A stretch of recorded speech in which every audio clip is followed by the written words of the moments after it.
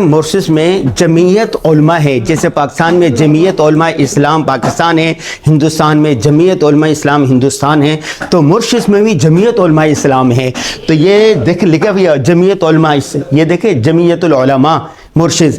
تو اس کا ہم وزٹ کرنے کے لیے آئے ہیں. یہ سارے تو ہمارے دوست ہیں، وہ بتائیں گے آپ کو سب سے پہلے اس کے بارے میں. السلام علیکم. وعلیکم السلام ورحمۃ اللہ. کیسے ہیں آپ؟ الحمدللہ سب خیریت سے ہیں؟ سب سے پہلے یہ اس کا تعارف کروائیں کہ جمعیت علماء کیا ہے، کب بنی ہے یہ؟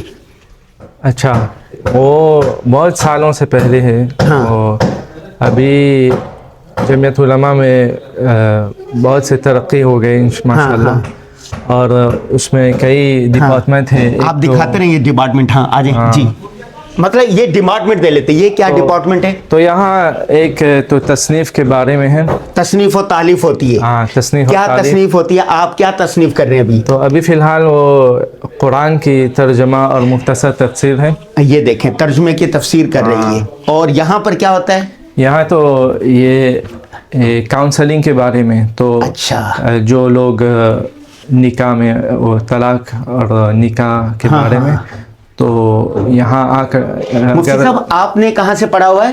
آزادویل میں. آزادویل میں، ساؤتھ افریقہ سے. اور اصل آپ مرشد ہیں؟ جی جی جی. ٹھیک ہے، یہ ایک ڈپارٹمنٹ ہو گیا. دوسرا ڈپارٹمنٹ کیا ہے؟ یہ ڈپارٹمنٹ کیا ہے؟ یہ تو امیر صاحب کے آفس ہے. تو صدر جمعیت کے کیا نام ہے ان کا؟ اور اس کا نام مولانا صدیق صاحب. مولانا صدیق صاحب کا جو جمعیت علماء مورشس کے صدر ہیں، ان کا دفتر ہے. وہ ابھی آئے نہیں ہیں، جیسے آتے ہیں تو انشاءاللہ ملاقات کروائیں گے. اچھا، یہ دفتر کیا ہے؟ یہ حلال ڈپارٹمنٹ ہے. یہ حلال ڈپارٹمنٹ ہے. اس میں کیا کچھ ہوتا ہے؟ تو وہ ریسٹورینٹ وغیرہ، تو وہ سرٹیفکیٹ دیتے ہیں. سنہا سے سرٹیفکیٹ لیا ہوتا ہے. سنہا کے تو اس میں 3-4 افراد ہیں وہ کام کرتے ہیں. ٹھیک ہے، ایک ڈپارٹمنٹ ہو گیا. اور کیا ہے نیچے؟ کیا ہے نیچے کوئی ڈپارٹمنٹ نہیں ہے. سیکریٹری وہاں وہ سیکریٹریٹ ہے. ہاں سیکریٹری. اور یہ کتب خانہ ہے. ہاں یہ کتب خانہ ہے. اوپر ہے؟ اوپر نہیں ہے. اوپر نہیں ہے، مسجد ہے. اوپر مسجد ہے جمعیت کی. جمعیت کی مسجد. اچھا، یہ جمعیت علماء جو ہے یہ کتنا سال پہلے قائم ہوئی ہے؟ یہ ہمارے جمعیت علماء جو ہے یہ ہمارا سب سے پہلے جو. ہاں ادھر آپ آ جائیں. ادھر مرحوم مفتی رفیق. آپ یہاں ہیں. ٹھیک ہے. مرحوم مفتی رفیق میرن ہے. ایک منٹ اس میں بتائیں. ہاں ابو کو لیں ذرا. ہاں آپ بیٹھے، آپ کی نہیں آئے گی، بیٹھ. ٹھیک ہے. جو مرحوم ہمارا مفتی رفیق میرن ہے، تو انہوں نے قائم کیا تھا.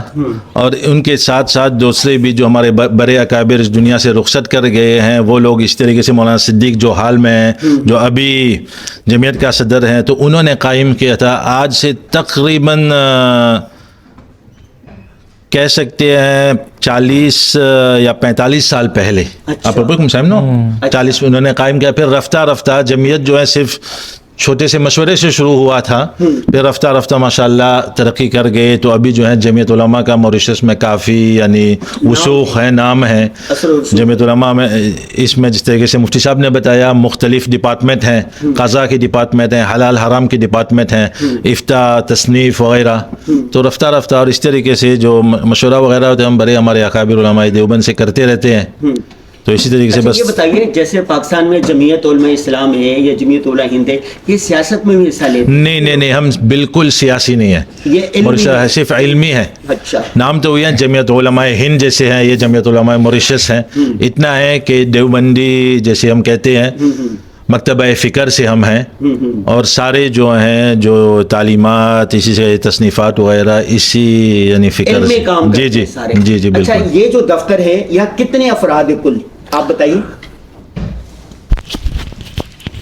کل کتنے افراد ہوں گے؟ 7 تقریباً. ہاں اچھا، 7 افراد ہیں. اچھا، لگ بھگ 10 ہیں.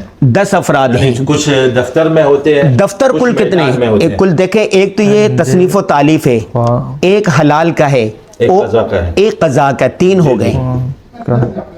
ایسے مولانا ساكنة. أنا مع مفتي أفضل، مفتي عبد الله avec des معنا là-bas. صدیق. یہ سارے وہیں کے پڑھے ہوئے؟ سارے آزادی- ساؤتھ افریقہ کے پڑے ہوئے ہاں، ہیں؟ سارے- اچھا ماشاء جی، اللہ. جی. پاکستان کا پڑا ہوا کوئی نہیں ہے؟ نہیں. اچھا یہاں پر مدرسہ نہیں ہے درس نظامی کا؟ جیسے آپ لوگ سارے وہاں جاتے ہیں ساؤتھ افریقہ، یہاں مدرسہ کیوں نہیں قائم کرتے؟ ایک شروع کیا کیپی میں ایک مدرسہ کچھ سال پہلے شروع کیا ہاں. درس نظامی میں اچھا ماشاء اللہ. ترتیب. ہاں تو وہاں آپ لیکن- پڑھاتے ہیں؟ ہاں ایک ہفتے میں ایک. ماشاءاللہ. یہ تو طلبہ کے لیے، خواتین کے لیے بھی کام ہے، ان کا مدارس ہیں ہاں ان کا مدارس بھی ہے خواتین کا؟ کچھ مدارس ہیں.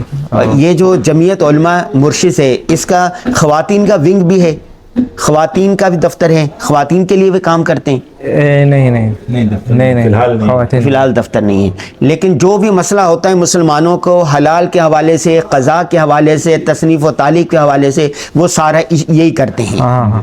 ماشاءاللہ ماشاءاللہ ماشاءاللہ. جی ناظرین، آپ نے دیکھا کہ ہم نے مفتی صاحب نے بتایا، مولانا یوسف صاحب نے بتایا، یہ آپ کو دفاتر دکھائیں.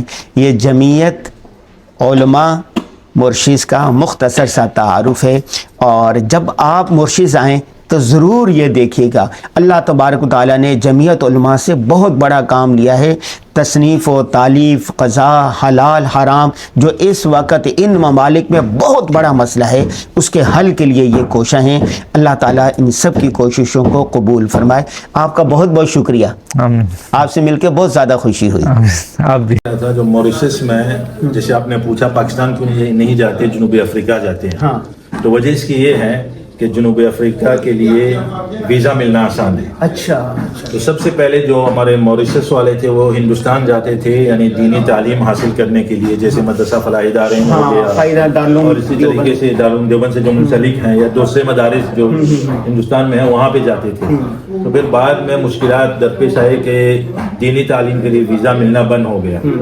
تو پھر لوگ پاکستان کی طرف توجہ کیا. تو بہت سارے ہمارے علماء ہیں جو پاکستان سے بھی فارغ ہوئے ہیں، جو سابقون الاولون میں سے ہیں، پاکستان سے ہوں گے، ہندوستان سے ہوں گے. اور تیسرے نمبر پہ جب پاکستان میں سن 2000 مشرف کے دور میں جب ویزا بند ہوا تو پھر لوگوں نے جنوبی افریقہ کی طرف توجہ کیا. تو سن 2000 کے بعد سے لے کر آج تک جتنے بھی جاتے ہیں وہاں پہ جامعہ دارالعلوم زکریا ہیں، دارالعلوم آزادویل ہیں، اور اسی طریقے سے دوسرے مختلف شہروں میں مختلف مدارس ہیں، وہاں پہ حفظ کرتے ہیں یا وہاں پہ عالم کورس وغیرہ کرتے ہیں. ماشاءاللہ ماشاءاللہ، دیکھ کر بہت خوشی ہوئی، اور انشاءاللہ پاکستان کے لیے بھی ویزے کھلیں گے انشاءاللہ. چلو کوشش کرنا، ہم اسی کے منتظر ہیں انشاءاللہ.